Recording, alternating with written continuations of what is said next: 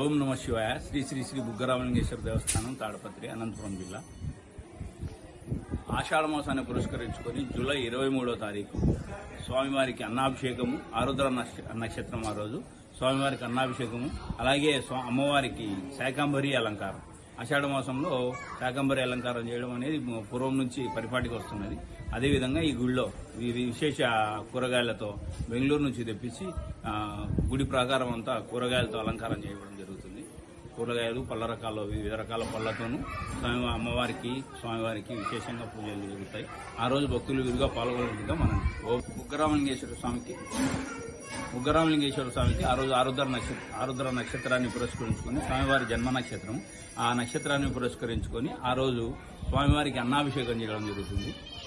తెల్లటి అన్నంతో నెయ్యితో కలిపి స్వామివారి మొత్తం అన్నంతో చేసి దానిపైన మళ్లీ శివలింగం తయారు చేసి అన్నాభిషేకంతో ఆ రోజంతా మధ్యాహ్నం వరకు స్వామివారు అన్నంతోనే దర్శనం వెళ్తుంది. తర్వాత ఆ ప్రసాదాన్ని భక్తులందరికీ, వచ్చిన భక్తులందరికీ ఆ ప్రసాద వితరణ చేయడం జరుగుతుంది.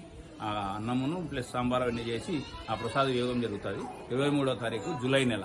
ఓం నమ శివాయ.